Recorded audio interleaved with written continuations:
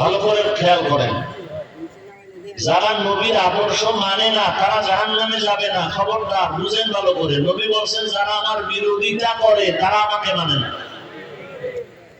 এখান থেকে বোঝা গেল রাসূলের আদর্শ যারা মানে না তারা দুই দল, একদল আগ্রহী আর একদল বিদ্রোহী। একদল আর একদল বিদ্রোহী। আগ্রহীরা মুমিন, বিদ্রোহীরা বেঈমান। আগ্রহী জান্নাতি, বিদ্রোহী জাহান্নামী। উদাহরণ, একটা যুবককে আমি ডান দিক থেকে প্রশ্ন করলাম, এই যুবক তুমি নবীর আদর্শে পর্দা করো না কেন, টুপি পরো না কেন?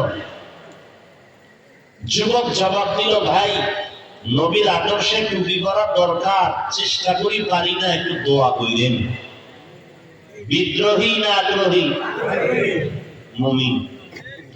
বাম দিক থেকে জিজ্ঞাসা করলাম, এই যুবক নবীর আদর্শের চুল কাটো না কেন,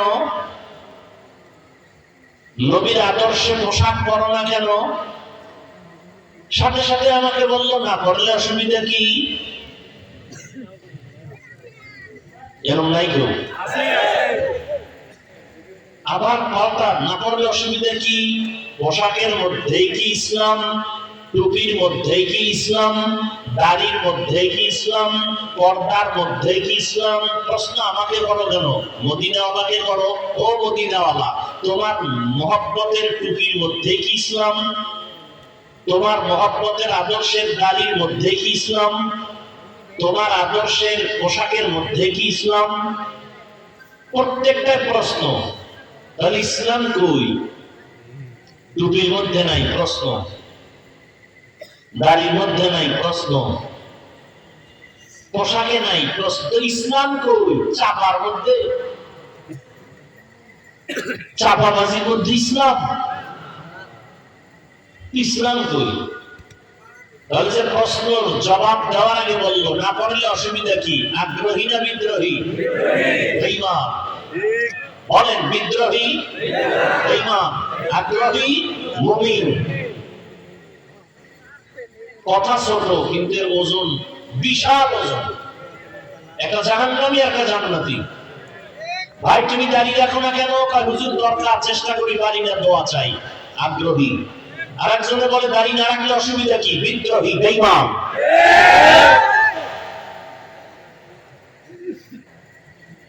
খুব কঠিন কথা নবী বলছেন, খুব কঠিন কথা নবী বলছেন। এই কথা যারা আমার অনুসরণ করে জান্নাতে যাবে, যারা অনুসরণ করে না তারা জাহান্নামে যাবে বলেন না, বলছেন যারা বিরোধিতা করে তারা জাহান্নামে। অতএব একটা লোকের দাড়ি নাই, তাকে গালি দেওয়া যাবে না। খুব ভালো করে মুখস্থ করেন, একটা লোক দাড়ি রাখে না, তাকে গালি দেওয়া। আর একজন লোক দাড়ি পছন্দ করে না, তাকে ছাড় দেওয়া যাবে না, সুযোগ পেলেই জুতার বাড়ি। একজনে পর্দা করে না, গালি দেওয়া যাবে না। আর একজন মুসলমান পর্দা পছন্দ করে না, ছাড় দেওয়া যাবে না, সুযোগ পেলেই জুতার বাড়ি। বুঝলেন? ভালো করে বুঝেন। একজনে ইসলামের রাজনীতি করে না, গালি দেওয়া। আর একজনে কোরআনের আইনের ইসলামের মদিনার রাজনীতি পছন্দ করে না, তাকে ছাড় দেওয়া যাবে না। খুব সাবধান। একজন আগ্রহী আর একজন আগ্রহী মুমিন, বিদ্রোহী বেঈমান।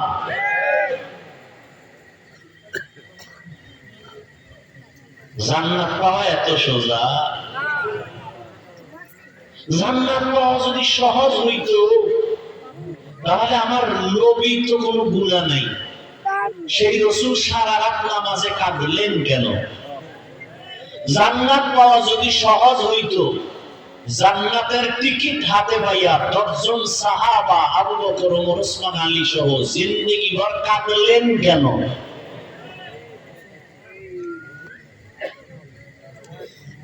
আল্লাহ আমাদের বুঝার তৌফিক দান করেন।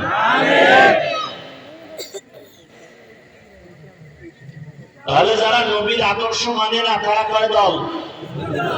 একদল আগ্রহী আর একদল আগ্রহী মুমিন গালি দেওয়া যাবে না, বিদ্রোহী বেঈমান ছাড় দেওয়া যাবে না। যারাই বলবে টুপি না পরলে অসুবিধা কি, বেঈমান। যারাই বলবে দাড়ির মধ্যে কি ইসলাম, বিদ্রোহী, ছাড় দেওয়া যাবে না। খুব কঠিন কথা। ওলামায়ে কেরাম এখানে আছেন, আমার নজরে দেখতেছি। ভুল হলে এখন আমাকে মাইক লয়ে বলবেন হাফিজ ভাই কথা ভুল হচ্ছে, কানে ধরে এখানে উঠবো আর বসবো। ধরাই দিন, উম্মতের ঈমান বাঁচানোর স্বার্থে ধরাই দিন। আমি চলে গেলে বললে আমি বাঁচতে পারবো, উম্মত বাঁচবে কি করে? আমাকে ধরাই দিন, এটা আপনাদের উপরে দায়িত্ব। সময় কম, আমার আসছি অনেক কষ্ট করে দূর থেকে। কমিটি তো বলে আইসা শুধু একটু মোনাজাতটা দিয়ে গেল হইব, মানুষ বুঝবে যে আমরা আপনাকে দাওয়াত দিছি। কিন্তু অল্প টাইম কথা বলে গেলে আবার গালি, না আইলি তো ভালো আছিল। হ্যাঁ, কমিটির জিগেন তোমরা কইছো কেন হুজুরের আইতে, শুধু দোয়ার জন্য আসতে বলছো কেন?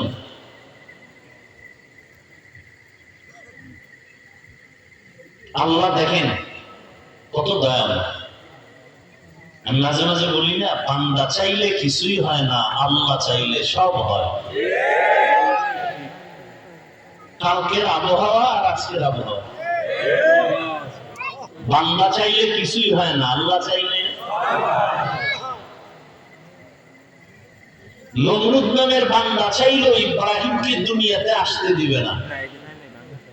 আল্লাহ চাইলেন ওই নমরুদ দা তোর নাকের ডগায় পাঠাবো, পারলে ফিরা। ফেরাউন চাইল মুসা নামের বান্দা পৃথিবীতে আসতে পারবে না। আল্লাহ চাইলেন মুসাকে পাঠাইয়া তোর ঘরে বসবাস করাবো, তোর টাকায় ওরে বড় বানাবো, এরপর তোর গালে চর মাইরা তোরে সাইজ করবো। কানটা দেখলো। ভারতের ব্রিটিশ বেঈমানের বাচ্চাগুলো চেয়েছিল ভারতের জমিনে কোরআন শরীফের কোনো আওয়াজ থাকবে না, আলো থাকবে না। হাজারো মাদ্রাসায় তালা দিয়ে দিল, সরকারের টাকা আসতো মাদ্রাসায়, টাকা বন্ধ করে দিল। হাজার হাজার হাজার হাজার হাজার হাজার হাজার হাজার আলেম ফাঁসি দিয়া রাস্তার কাছে লাশ ঝুলাই দিল। আল্লাহ কি চাইলেন? সারা দুনিয়াতে কোরআনের যত আলো জ্বলবে তার পাওয়ার হাউস আমি বানাবো ভারতে। কি ওলামায়ে কেরাম খেয়াল করেন, দেওবন্দ কি?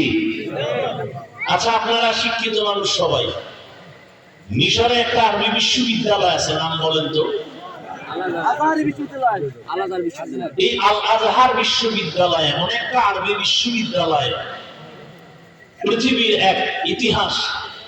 কিন্তু আশ্চর্য হলো, এটা এমন একটা বিশ্ববিদ্যালয় যার দ্বিতীয় কোন শাখা কোন রাষ্ট্রে নাই।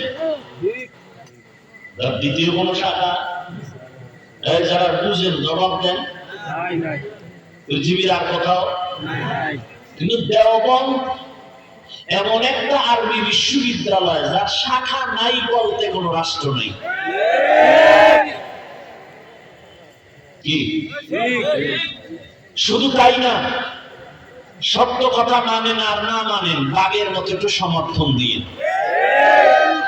আপনারা ভয় পাইয়েন না যে আমি আপনাদেরকে স্কুল কলেজের বিরুদ্ধে বইলা সব পাগড়িওয়ালা বুজুর্গ বানাইতে আসছি, এত ঠেকা আমার নেই। পাঁচকুল্লি পড়াইতে আসছি, এই ঠেকাও আমার নেই। কওমি মাদ্রাসায় পড়তেই হবে, এই গাদ্দারি করতে আসি নেই। তাবলীগে যাইতেই হবে, নাইলে জাহান্নামে যাবেন না, এই উগ্র এই কঠোরপন্থী বক্তব্য দিতে আসি নেই। খুব খেয়াল করো, পৃথিবীতে ইসলামের যত খেদমত বর্তমানে চলে দুনিয়া জোড়া, যত লাইনে, দাওয়াত ও তাবলীগ একটা লাইন, পীর মুরিদের একটা লাইন, মসজিদের ইমাম খতিবদের একটা লাইন, মাদ্রাসা একটা লাইন, রাজনৈতিক ময়দান আর একটা লাইন আছে। প্রত্যেকটা ময়দানে দেওবন্দীদের অবদান অস্বীকার করার কোন সুযোগ নেই। আছে সুযোগ? তাহলে ব্রিটিশ বেঈমানরা চাইলো ভারতে কোরআনের আলো থাকবে না, আল্লাহ চাইলেন পৃথিবীর সব কোরআনের আলো পাওয়ার হাউস হবে ভারতের জমিন। আল্লাহ চাইলে সব হয়, বান্দা চাইলে। হ্যাঁ, এখানে একটু কিন্তু আছে। এই মোবাইল বন্ধ কর। কিন্তুটা কি? বান্দা চাইলেও হয় যদি বান্দার চাওয়াটা আল্লাহর চাওয়ার সাথে মিলে যায়।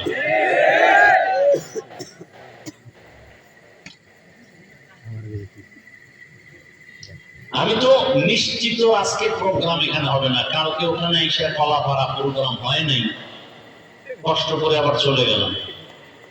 মাদ্রাসার নতুন বছর, ভর্তি ক্লাস, আরো কাজ ঢাকাতে। আজকে শুধু খবর আসতেছে হবে, এই কষ্ট করে আসলাম। আবার অনেকে গতকালকের বৃষ্টি দেখে খুশিও হয়েছিল। খুশি তো হবেই, কারণ বৃষ্টির জন্যই তো আমরা দোয়া করছি। কিন্তু ওই বৃষ্টি চাই না যে বৃষ্টির দ্বারা আল্লাহর প্রিয় বান্দাদের কষ্ট হবে। বৃষ্টিরও প্রয়োজন, পানিরও দরকার। আবার উম্মতকে কোরআনের দাওয়াত দেওয়াও দরকার। আল্লাহ সব ঠিক রাখতেছেন, নিজাম। বৃষ্টিও দিলেন, ওয়াজ শোনারও ব্যবস্থা করে দিলেন। এরপরও আমরা আল্লাহকে চিনি না। কেন চিনি না? আমরা বয়ান কি কম শুনি? পৃথিবীতে এই সিস্টেমে বয়ান কোথাও হয় না। কাতার গেলাম, মালয়েশিয়া গেলাম, সৌদি, এইভাবে ফ্ল্যাশ প্রোগ্রাম করতে সরকারি ভাবে কোনো অনুমতি নেই, কারণ ওরা মুসলমানের এত ভয় পায় যে এখানে একটা স্লোগান দিছে, এটা যদি হ্যাঁ দেয় সরকারের 1.5 সপ্তাহ ঘুম হবে না।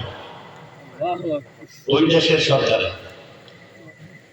আমাদের সরকার খুব শক্ত। দেখছে না, হুজুর টুজুর দিয়ে বেশি আগানো যাবে না, টাকা দিলেই এরা ঘুমায় পড়ে। আর এক হুজুর আর হুজুরের বিরুদ্ধে যেইভাবে লেখালেখি করে, তাহলে এখানে বেশি কিছু আগাইতে পারবে না। তাই তো দেখেন, মাদ্রাসা বাড়ছে না কমছে? আমি বলছি না সত্য কথাটার সমর্থন দিয়ে মানেন আর না মানেন, আগের থেকে কম না বেশি? পীর মুরিদি বেশি, মাদ্রাসা বেশি, মসজিদ বেশি, বেনামাজি সুদখোর, ঘুষখোর, গাঁজাখোর, বেপরদা, গান বাজনা। বিষয় কি? হাতে গোনা কয়েকটা নাস্তিক।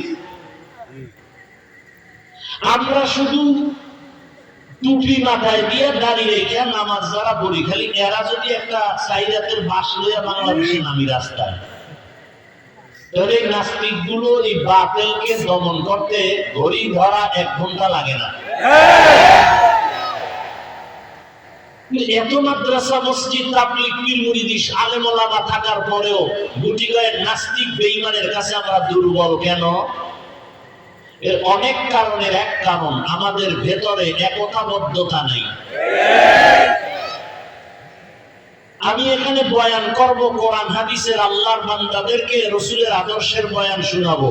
বেঈমানের বাচ্চাগুলো বিরোধিতা করবে, তুমি মুসলমান কেন বিরোধিতা করো? করে না? করে না? ঝামেলা এখানে। আপনি বুকে হাত বেঁধে নামাজ পড়েন, আমি নাভির নিচে হাত বেঁধে নামাজ পড়ি। আপনি আল্লাহর জন্য পড়েন আর আমি ভগবানের জন্য পড়ি। কার জন্য? আপনি আমার সাথে ভাব দেখান কেন? ইবাদত কার জন্য? ভাব দেখাবেন আল্লাহর সাথে, আমাদের সাথে কেন? আপনি 8 রাকাত তারাবি পড়েছেন, আমরা 20 রাকাত পড়েছি। কার জন্য? ইবাদত কার জন্য? আপনি ভাব আমার সাথে দেখেন কেন? সালাম দেন না, দিলেও নেন না, বিষয় কি? 20 রাকাত। সালাম দেয় না, দিলেও নেয় না, সমস্যা তার কাজ করলে একটি টুপির কারণে আপনি আমাকে দূরে ঠেলে দিলেন, আপনি আমাকে দূরে লাথি মেরে ফালায় দিলেন। এই আপনার রাসূলের আদর্শ?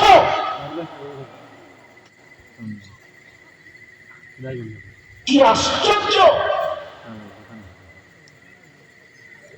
অথচ আজও যদি আমরা ওলামায়ে কেরাম এক হাতে হাত লাগায় ময়দানে থাকি, বাংলাদেশের জমিনে কোন বেঈমান নাস্তিক বাতিল চোখ উপর করে কথা বলতে পারবে না, সাহস পাবে।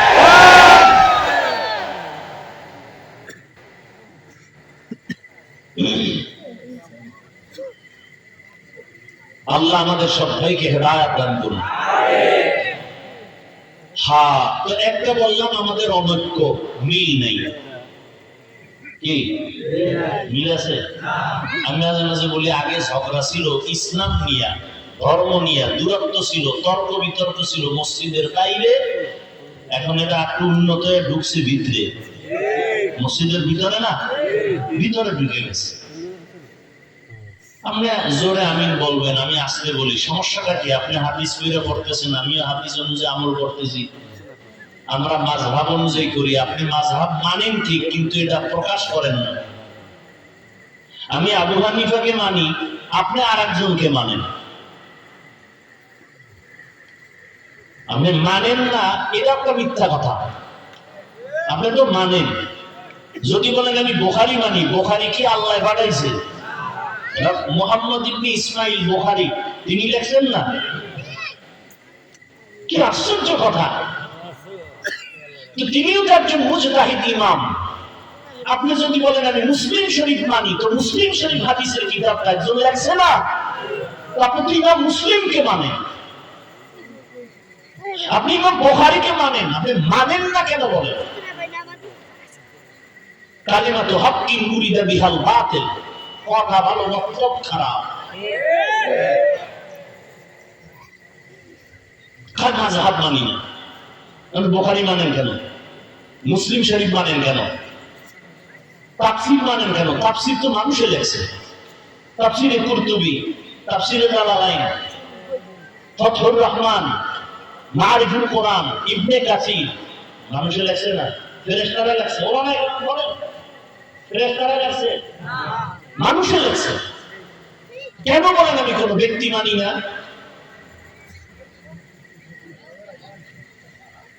আর এই কথা সাধারণ মানুষকে বুঝাইলে কি হবে? এরা তো বিভ্রান্তে পড়ে যাবে।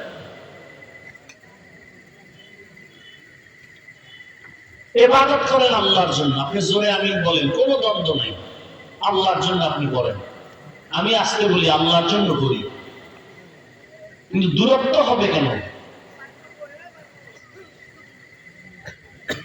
আল্লাহ আমাদের সবাইকে হেদায়েতের দৌলত দান করেন। আসেন এবার সূরা নিয়ে কিছু কথা বলি। কি সূরা পড়ছিলাম মনে আছে? একবার জবান খুলে খুলে পড়েন, বিসমিল্লাহির রাহমানির রহিম, ওয়াল আসরি ইন্নাল ইনসানা লাফী খুসর ইল্লাল্লাযীনা আমানু ওয়া আমিলুস সালিহাত ওয়া তাওয়াসাউ বিল হক ওয়া তাওয়াসাউ বিস সাবর। আল্লাহ বলেন আসরের শপথ। প্রথমে একটা শপথ করলেন, কসম খাইলেন। আল্লাহ কোরআনের বিভিন্ন জায়গায় এরকম শপথ করেছেন, ওয়াত-তিনি ওয়াজ-যাইতুন ওয়া তুরি সিনিনা ওয়া হাযাল বালাদিল আমিন। তিনের কসম, যাইতুনের কসম, তুর পাহাড়ের কসম, নিরাপদ শহর মক্কা নগরীর কসম। ইযা ওয়াকাতিল ওয়াকিআ লাইসা লিওয়াকাতিহা কাযিবা লা উকসিমু বিয়াউমিল কিয়ামাহ ওয়া লা উকসিমু বিন নাফসিল লাওয়ামা ওয়াস সামাই যাতিল বুরুজ ওয়াল ইয়াউমিল মাওউদ ওয়া শাহিদিন ওয়া মাশহুদ। والشمس وضحاها والقمر إذا تلاها والنهار إذا جلاها والليل إذا يغشاها والسماء وما بناها والأرض وما طحاها ونفس وما سواها فألهمها فجورها وتقواها والضحى والليل إذا سجى ما ودعك ربك وما قلى আল্লাহ আসমানের কসম করেন, জমিনের কসম, সূর্যের কসম, চন্দ্রের কসম, রাতের কসম, রাতের অন্ধকারের কসম, দিনের কসম, দিনের আলোর কসম। আল্লাহ কসম কেন করলেন? আমরাও মাঝে মাঝে কসম করি, করি না? আমরা কেন করি ভাই? কথাটা এমন, কয় মানি না, কসম। তাহলে আমরা কসম করছি কেন? সন্দেহ দূর করার জন্য। কিন্তু আল্লাহর কোরআনে সন্দেহ আছে। যালিকাল কিতাবু লা রাইবা ফীহি হুদাল লিল মুত্তাকিন।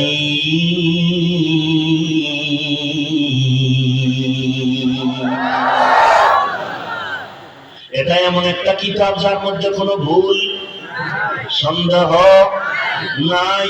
এটা আল্লাহর কালাম, এই কথায় কোনো সন্দেহ নাই। আল্লাহর তরফ থেকে আসছে, তাতে কোনো সন্দেহ নাই। লাইসা হাদা মিন কালামিল বাশার, এটা মানুষের রচিত কোনো কিতাব না। এটা ডাইরেক্ট আল্লাহ আরশে আজিম থেকে প্রথম আসমানে, ওখান থেকে রহমতের নবীর কাছে আল্লাহ কোরআন নাজিল করেছেন। ইন্না আনজালনাহু ফি লাইলাতিল কদর। এই কোরআনের কারণে কদরের দাম বেড়ে গেল। 1000 মাস টানা অনবরত যদি কেউ 1000 মাস ইবাদত করিয়া যা পাবে, রহমতের নবীর উম্মতেরা এক রাতের ইবাদতে তার থেকে বেশি সওয়াব পেয়ে যাবে। আতিনা ফি দারে দুনিয়ানা হাসান আতিনা ফি দারে উকবানা হাসান ইয়া গিয়াসাল মুস্তাগীসিন ইহদিনা বিখারা বিল উলুমি ওয়াল গিনা। আল্লাহ শপথ করলেন কেন? এক নাম্বার তার জবাব হলো, আল্লাহর কথায় কোনো সন্দেহ নাই। ওমান আসদাকু মিনাল্লাহি কিলা, আল্লাহর কথা সব সত্য, সন্দেহ নাই, নাই, চ্যালেঞ্জ দিয়ে দিলেন। তারপরেও বেঈমানরা ঘুমায় না। 1500 বছর পর্যন্ত আল্লাহর কোরআনের ভুল বের করার জন্য অপচেষ্টা করেছিল বহু পণ্ডিতেরা, আজও পর্যন্ত কোনো ভুল বের করতে পারে নাই। বরং বহু পণ্ডিত কালেমাওয়ালা মুসলমান হয়ে গেছে। আল্লাহর কোরআনে ভুল নাই, সন্দেহ নাই, তো কসম কাটলেন কেন? তার অনেক জবাবের এক কথা হলো, আল্লাহর কোরআন সত্য, তুমি মানো আর না মানো, কসমের আগেও সত্য, কসমের পরেও। তবে অন্য কথার তুলনায় কসমের কথাটা একটু গুরুত্বপূর্ণ। দিকে তাকাও, মনকে তৈরি করো, খেয়াল করো। মানুষের অন্তরকে আকৃষ্ট করার জন্য আল্লাহ শপথ করলেন। 2 নাম্বার কথা হলো, আল্লাহ যেই জিনিসের উপরে কসম করলেন ওই জিনিসটা বড় দামি। আসমানের কসম, আসমান বড় দামি। জমিনের কসম, জমিনটা বড় দামি। সূর্যের কসম, সূর্য বড় দামি। চন্দ্রের কসম, চন্দ্র বড় দামি। আসরের কসম, আসরটাও বড় দামি। বলে কেমন দামি? এই দামি সম্পদটারে যদি কাজে লাগাও, তুমিও দুনিয়াতেও দামি, আখিরাতেও দামি। শপথ নিয়ে আল্লাহ পাক যেই জিনিসের শপথ করলেন, 3 কসম, 3 ফলটা বড় দামি। জৈতুনের কসম, জৈতুন তেল বড় দামি। তুর পর্বত বড় দামি। নিরাপদ শহর মক্কা নগরী বড় দামি। বাইতুল্লাহ চতুর্দিকে এরিয়া দেওয়া আছে, সীমানা দেওয়া আছে, এটা এত দামি। হাজারো লাখো মানুষের জবাই করে কোনো খুনি যদি বাইতুল্লাহর এরিয়ায় ঢুকে পড়ে, ইসলামের আইন হলো তার সাথে চোখ গরম করে তাকানো যাবে না, কারণ নিরাপদ ইসলামে আওতার মধ্যে ঢুকে পড়ছে। আল্লাহর ঘরের আওতার মধ্যে যতক্ষণ থাকবে কিছু বলা যাবে না, বের হয়ে গেলে তারে তুমি ফাঁসি দাও যা করো, কিন্তু আল্লাহর ঘরের সম্মানে তুমি তাকে সম্মান দেখাতে হবে। আল্লাহর ঘরের সম্মান দামি একটা ঘর। পৃথিবী নামক গ্রহটা আল্লাহ বানাইয়া প্রথম একটা ঘর বানাইছেন। জমিন আল্লাহ বানাইছেন, কোনো বাসিন্দা নাই। প্রথম আল্লাহ বাসিন্দা পাঠাবার আগে একটা ঘর বানাইছেন, এটা বাইতুল্লাহ। ইন্না আউওয়ালা বাইতিন উযিআ লিন-নাসি লাল্লাযী বিবাক্কাতা মুবারাকান ওয়া হুদাল লিল-আলামিন।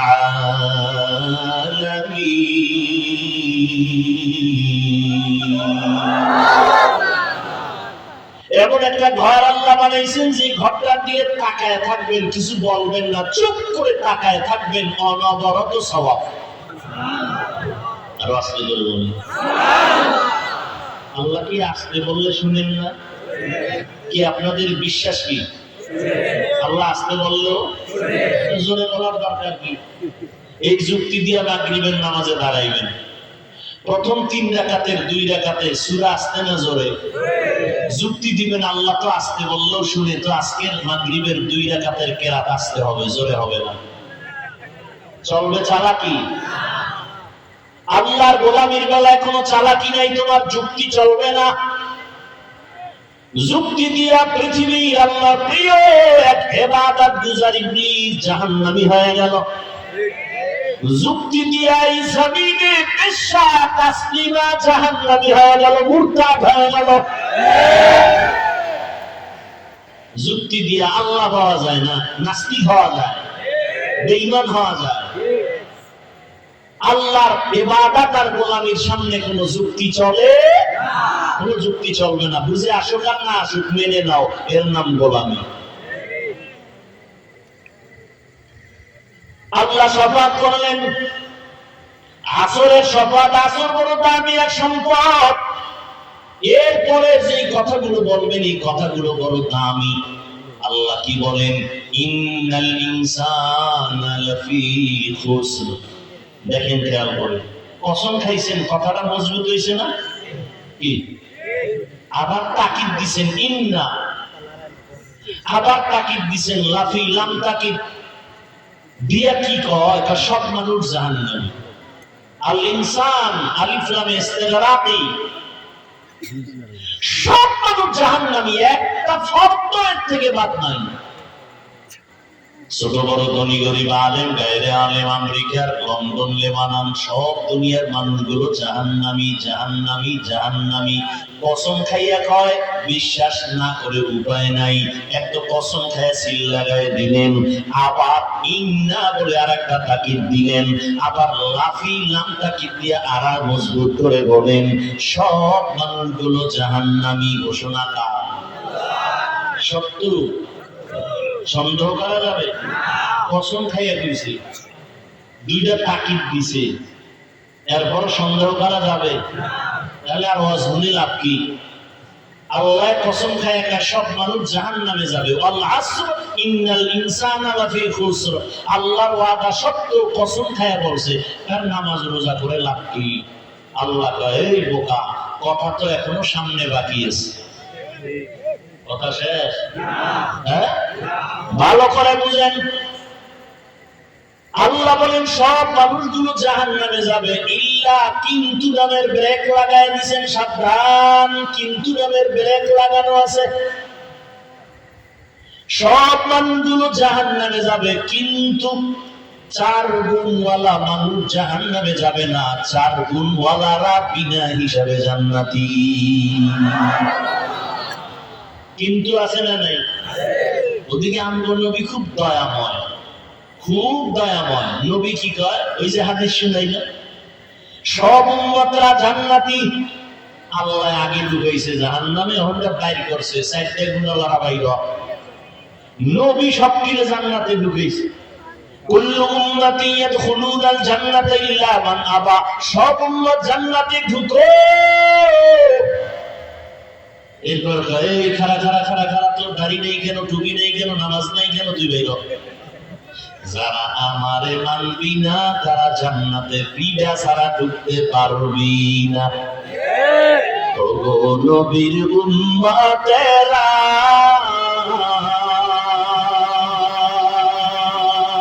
ওয়ে আজি দিশাহারা, কোরআন হাদিসের চলো যখন যাহা চায় মনে, নবী বিনে কে দাঁড়াবে পুলসিরাত মিজানে, নবী বিনে কে দাঁড়াবে পুলসিরাত মিজানে। উম্মতের কান্দারি নবী,